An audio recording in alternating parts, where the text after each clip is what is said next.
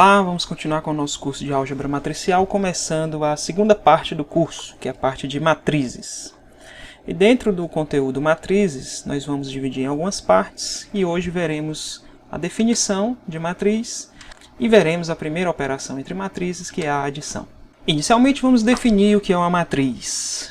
Uma matriz nada mais é do que um conjunto de números reais ou complexos dispostos em linhas e colunas. Por exemplo, aqui nós temos a matriz composta por 6 elementos dispostos em 2 linhas e 3 colunas.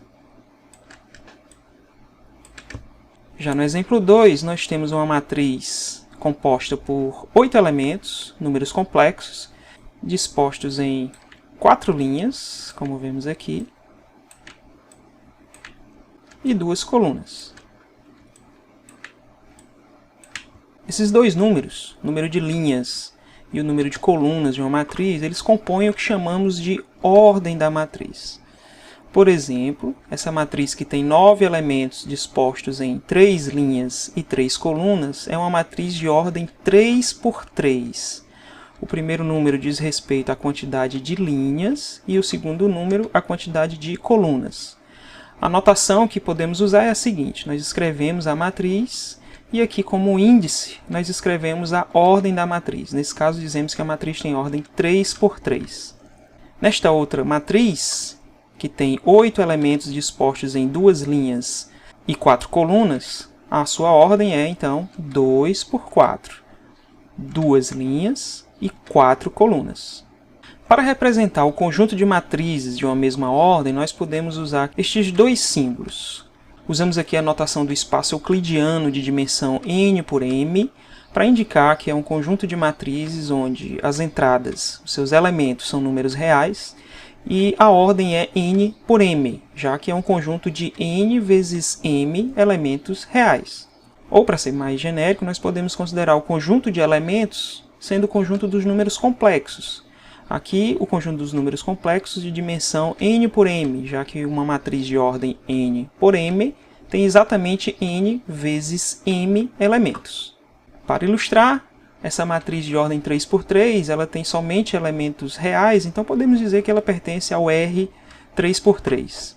Já a matriz B, que tem aqui 2 linhas e 4 colunas, ela tem entradas complexas. Então podemos dizer que ela pertence ao conjunto C 2 por 4, ou seja, os elementos da matriz são números complexos e a sua ordem é 2 por 4, 2 linhas e 4 colunas. Observe que a matriz A também pode ser vista como pertencente ao conjunto C 3 por 3, uma vez que qualquer número real também é um número complexo. A forma geral de uma matriz é apresentada nesta notação. Aqui nós temos todos os elementos de uma matriz de ordem n por m, ou seja, ela tem n linhas e m colunas. Cada elemento da matriz tem um endereço.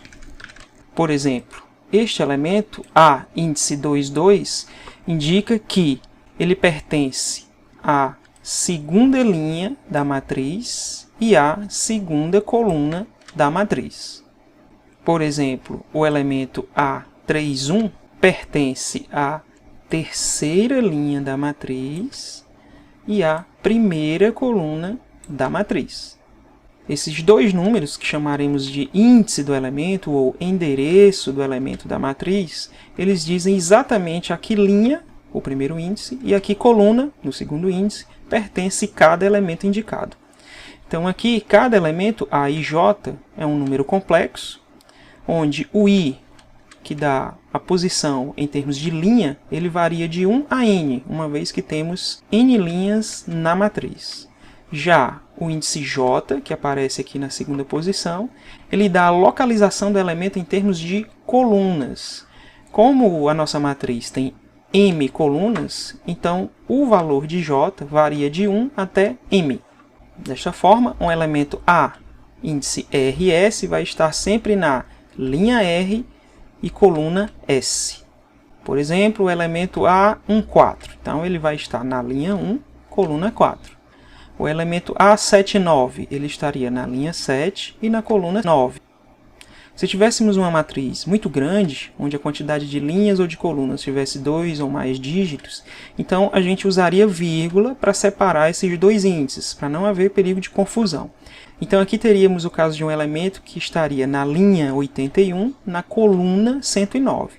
Em geral, nós podemos representar a matriz numa forma condensada, que é colocar aqui simplesmente ARS e a ordem da matriz, e esse R e S ele estaria representando de uma vez só todos esses elementos que estão aqui na forma expandida, ou simplesmente dizermos que a matriz A pertence ao conjunto C N por M, aqui também fica subentendida a ordem da matriz, pois estamos dizendo em que conjunto a matriz está, e claro, o primeiro índice, que é o R, ele varia de 1 a N, o que corresponde à quantidade de linhas, e o segundo índice, que é o S, varia de 1 a M, que é a quantidade de colunas.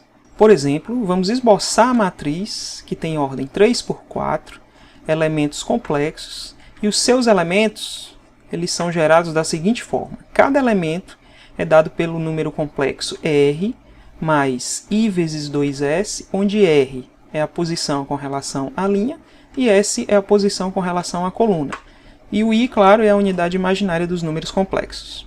A forma expandida dessa matriz é a seguinte. Colocamos aqui os 12 elementos dessa matriz. A matriz tem ordem 3 por 4, então ela tem 3 vezes 4 elementos, 12, dispostos em 3 linhas e 4 colunas. Usando a lei de formação dada para construir cada elemento, nós teremos o seguinte. Por exemplo, o x índice 1, 1, seria dado então por R, que é 1, mais I, que é a unidade imaginária, que multiplica 2 vezes S. E o S também é 1, é a coluna 1.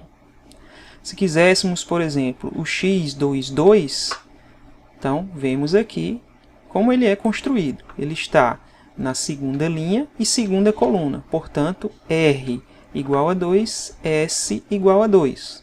Se quiséssemos aqui o último elemento da matriz, x34, ou seja, o elemento que está na terceira linha, quarta coluna, então ele é construído da seguinte forma. R igual a 3, S igual a 4. E resolvendo todas essas contas, nós vamos obter a seguinte matriz formada por números complexos. Definido o que é uma matriz, o que é a ordem de uma matriz e como localizar cada elemento dentro de uma matriz, vamos passar às operações entre matrizes. De uma maneira geral, qual o significado de uma operação dentro de um conjunto? Vamos considerar um conjunto ômega não vazio, em qualquer contexto, não apenas o de matrizes. Podemos definir nesse conjunto uma operação qualquer. Estamos representando aqui pelo asterisco, e essa operação, claro, vai depender desse conjunto, da natureza desses elementos. Por exemplo, poderia ser a soma no conjunto dos números inteiros. Bom, mas dependendo da operação que foi introduzida nesse conjunto, nós podemos ter algumas propriedades, que variam de acordo com a operação e o conjunto envolvidos. Quando colocamos nesse conjunto uma operação, então podem vir algumas propriedades decorrentes dessa operação. Então dizemos que o conjunto passa a ter uma estrutura algébrica, ou seja, a gente consegue operar os elementos, fazer álgebra com esses elementos. E é isso que chamaremos de álgebra matricial, o estudo das operações entre as matrizes e as suas respectivas propriedades a partir das operações que vamos definir nesse conjunto. Antes de definirmos a nossa primeira operação, vamos estabelecer quando duas matrizes são iguais. Então nós vamos dizer que duas matrizes são iguais quando elas possuírem a mesma ordem e os elementos correspondentes são iguais de acordo com a posição dentro de cada matriz. Por exemplo, essas duas matrizes são iguais. Elas têm a mesma ordem, 3 por 1, 3 linhas e somente uma coluna. E embora visualmente diferentes, mas esses elementos são iguais, uma vez que raiz de 9 é igual a 3, raiz de 4 é igual a 2 e 5 elevado a 0 é igual a 1. Essas duas matrizes não são iguais, embora elas tenham a mesma quantidade de elementos e até uma certa ordem que foi mantida, mas a disposição desses elementos é diferente em cada matriz. Enquanto a primeira matriz tem duas linhas e somente uma coluna, a segunda matriz tem apenas uma linha e duas colunas, ou seja, as ordens são diferentes, portanto as matrizes são diferentes. Por exemplo, se tomássemos aqui duas matrizes de ordem 3 por 3, com a lei de formação de cada uma sendo dada. A matriz A é dada por I menos J, onde I é a posição em termos de linha, J é a posição em termos de coluna, e essa diferença está elevada ao quadrado. E a matriz B é o inverso. A gente pega primeiro a posição em termos de coluna, menos a posição em termos de linha, e aí sim eleva essa diferença ao quadrado. Mesmo tendo essa diferença na lei de formação, será que essas matrizes poderiam ser iguais? As ordens são iguais. Resta ver se cada elemento que aparece na matriz A aparece também na matriz B na mesma posição. Bom, basta observar o seguinte, que I menos J ao quadrado é igual a J menos I ao quadrado. O I menos J é o simétrico com relação à adição de J menos I, é o oposto. Cada número que obtivermos aqui, nós vamos obter com o sinal trocado no outro lado. Mas como eles estão elevados ao quadrado, os dois serão positivos. Portanto, cada elemento da matriz A é igual a cada elemento da matriz B para todas as posições das matrizes. Como as ordens já eram iguais, então temos tudo igual, ordem e elementos correspondentes. Portanto, as duas matrizes são, sim, iguais. Agora sim, vamos definir a nossa primeira operação entre matrizes, a adição. Para isso, nós precisamos considerar duas matrizes de mesma ordem, exatamente a mesma ordem, para então definir a soma como sendo uma nova matriz obtida a partir da soma dos elementos de A com os elementos de B, de acordo com a posição dentro de cada matriz. Por exemplo, consideremos aqui duas matrizes, ambas têm a mesma ordem. Observe que a primeira matriz tem ordem 2 por 3, 2 linhas e 3 colunas, assim como a segunda matriz. E como obter a soma dessas duas matrizes?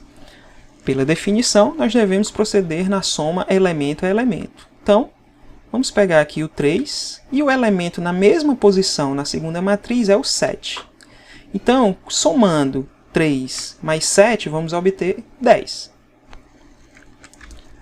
Continuando nessa linha, o segundo elemento é 2. O segundo elemento dessa linha na outra matriz é 0. Somando 2 mais 0, obtemos 2.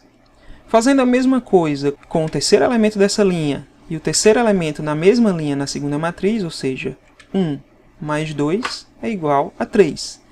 Prosseguindo o mesmo raciocínio nos elementos da segunda linha, nós vamos obter 4 mais menos 5, menos 1. Menos 1 mais menos 4, menos 5. E 5 mais 2, 7. Portanto, essa é a soma dessas duas matrizes. Uma terceira matriz, de mesma ordem que as duas primeiras, onde cada elemento foi obtido a partir da soma dos elementos correspondentes nas duas matrizes. Uma outra ilustração, se tivermos aqui uma matriz com 4 linhas e 2 colunas, agora repleta de números complexos, nós obtemos a soma prosseguindo da mesma forma. Por exemplo, o elemento que está na primeira posição da primeira matriz e o elemento que está na primeira posição da segunda matriz. Somando, nós vamos obter parte real mais a parte real igual a 4, parte imaginária mais a parte imaginária igual a 3i. Portanto, esse elemento é 4 mais 3i. Se somarmos 2 menos 2i com 4 mais 3i, nós vamos obter 6 mais i.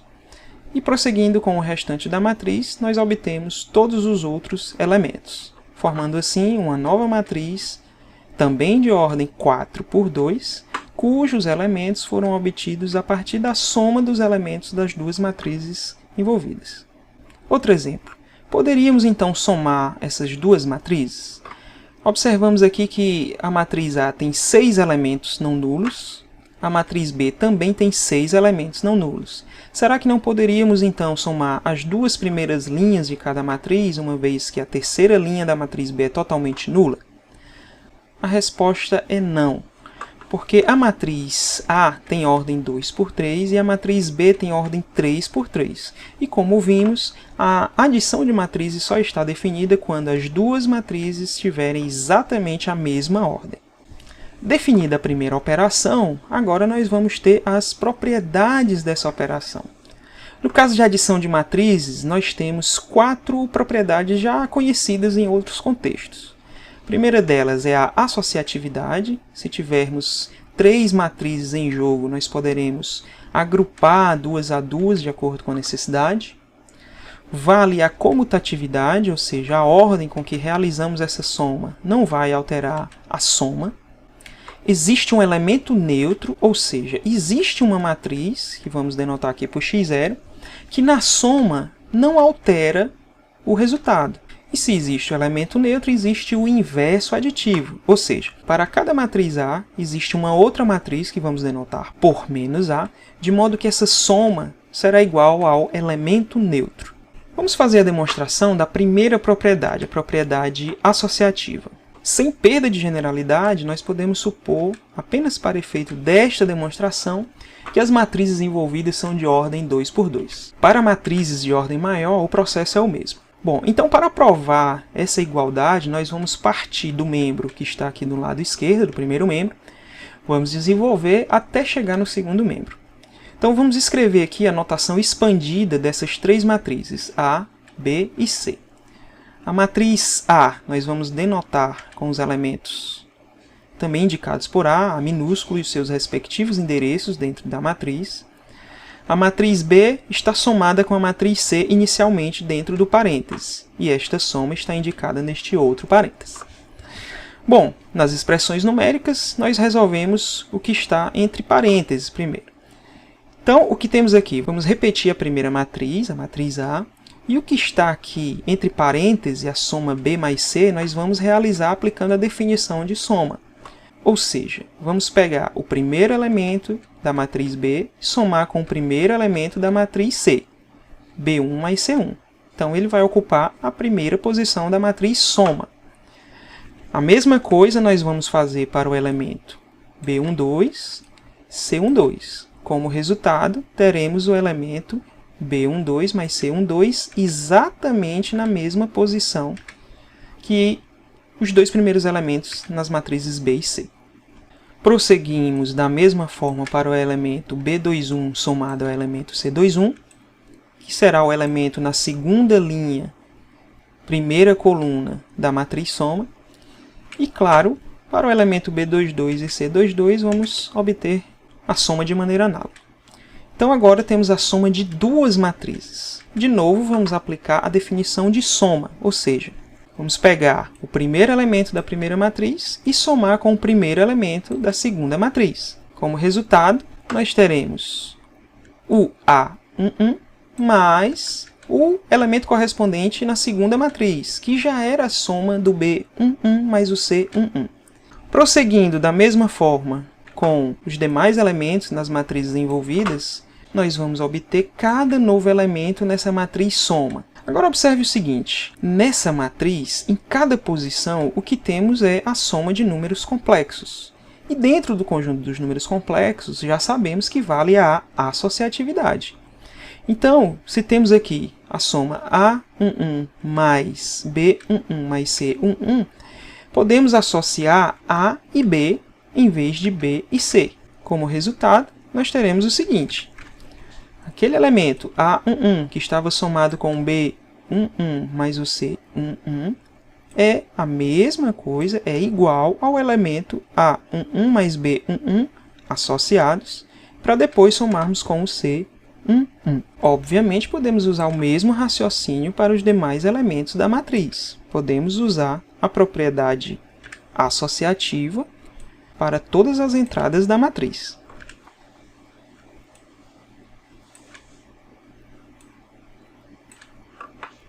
Então, agora podemos percorrer o caminho de maneira inversa, ou seja, aplicando a propriedade associativa dentro de cada elemento da matriz, agora nós vamos decompor essa matriz como uma soma de duas outras matrizes. A primeira matriz será formada pelos elementos que estão entre parênteses, e a segunda matriz será formada pelos demais elementos, ou seja, os que aqui estão indicados por C. Então, vamos ter a seguinte soma. Da mesma forma, a primeira matriz também pode ser decomposta numa soma de duas matrizes. Já vemos aqui que é a soma da matriz A com a matriz B. Portanto, ao final chegaremos na soma A mais B associada, depois a soma com a matriz C. Então, observe que partimos aqui do primeiro membro e chegamos no segundo membro apenas usando a definição de adição de matrizes e a propriedade associativa dentro dos números complexos. A partir dessas duas coisinhas, nós conseguimos provar a nossa primeira propriedade da adição de matrizes. Vamos também fazer a demonstração da existência do elemento neutro, ou seja, existe uma matriz, que vamos chamar aqui de x0, que adicionada a qualquer matriz A, resulta na própria matriz A. Como não sabemos quem é essa matriz x0, vamos colocar aqui numa equação matricial, ou seja, queremos descobrir quem é essa matriz, que será o elemento neutro. Novamente, vamos considerar matrizes de ordem 2 por 2 apenas para efeito de simplificação das contas, reforçando que, para qualquer outra ordem, o processo será o mesmo. Então, colocando aqui os elementos correspondentes à matriz A, os elementos correspondentes à matriz X e, novamente, os elementos correspondentes à matriz A. No primeiro membro, nós temos uma soma de matrizes. Como já vimos, essa soma é feita elemento a elemento. Então, a matriz A somada com a matriz X no primeiro membro vai ser dada por uma única matriz, também de ordem 2 por 2, onde cada elemento é obtido a partir da soma dos dois elementos envolvidos em cada uma das matrizes, ou seja, o A11 mais o X11 será o primeiro elemento da matriz soma, da adição daquelas duas matrizes. Por outro lado, no segundo membro nós temos ainda a matriz A, ou seja, igualdade entre duas matrizes. O que isso quer dizer? Que os elementos correspondentes são iguais. Portanto, o elemento A11 mais X11 será igual ao elemento A11. Escrevendo, então, essas quatro igualdades, já que as matrizes representadas aqui têm 4 elementos cada uma, nós vamos obter o seguinte sistema. A11 mais X11 igual ao A11. E fazendo o mesmo para os demais elementos da matriz, nós vamos encontrar essas outras 3 equações. Ora, mas aqui temos igualdades entre números complexos. Então, podemos resolver essas equações de uma variável complexa, ou uma variável real, se fosse o caso. Para isso, basta isolar o x.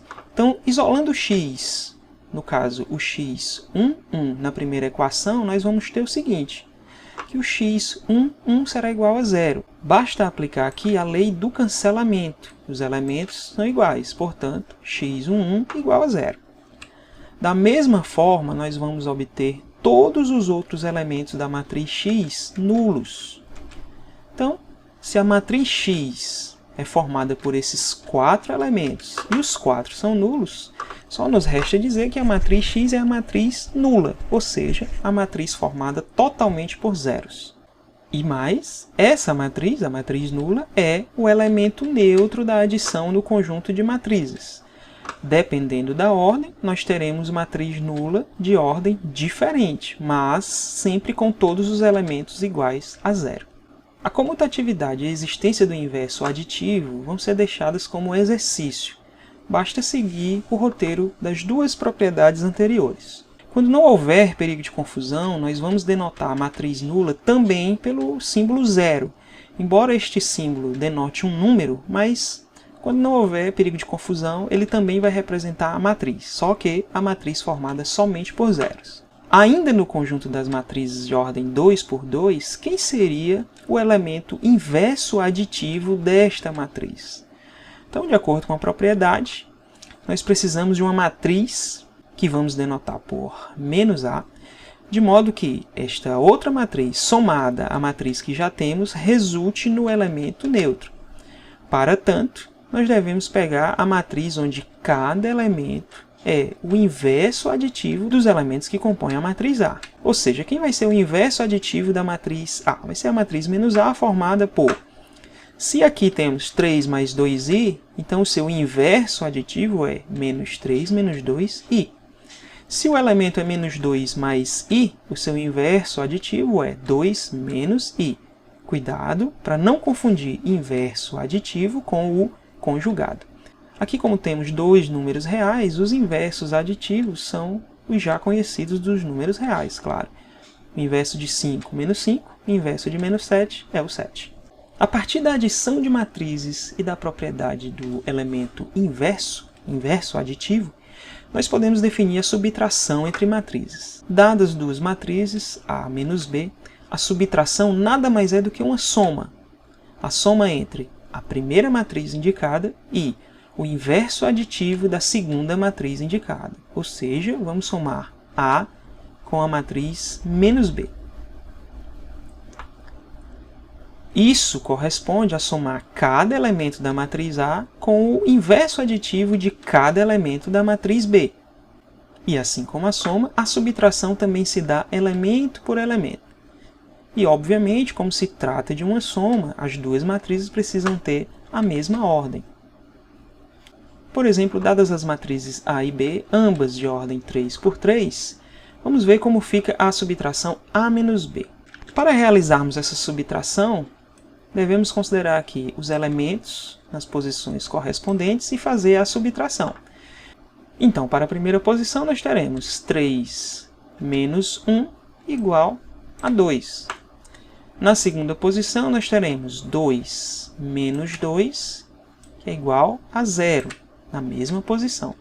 E assim nós prosseguimos para todos os elementos da matriz, obtendo a matriz A menos B. Agora, se quisermos fazer a matriz B menos A, aí nós temos que proceder no caminho inverso. Primeiro, nós tomamos o elemento da matriz B, depois o elemento da matriz A e fazemos a subtração nesse sentido. Então, teremos 1 menos 3, que será igual a menos 2. 2 menos 2 será igual a 0. 3 menos 1 será igual a 2, e assim por diante. Observamos que a matriz A menos B e a matriz B menos A não são iguais. Observe que na primeira posição temos um 2 na matriz A menos B, e na matriz B menos A nós temos menos 2. Esses elementos são diferentes. Observe que a matriz B menos A é exatamente o inverso aditivo da matriz A menos B. Mas o que importa aqui é verificar que as duas matrizes são diferentes. Portanto, para a subtração de matrizes, não vale a comutatividade, ou seja, A menos B não é a mesma coisa que B menos A. Nos próximos vídeos, vamos seguir com a álgebra de matrizes. Até lá!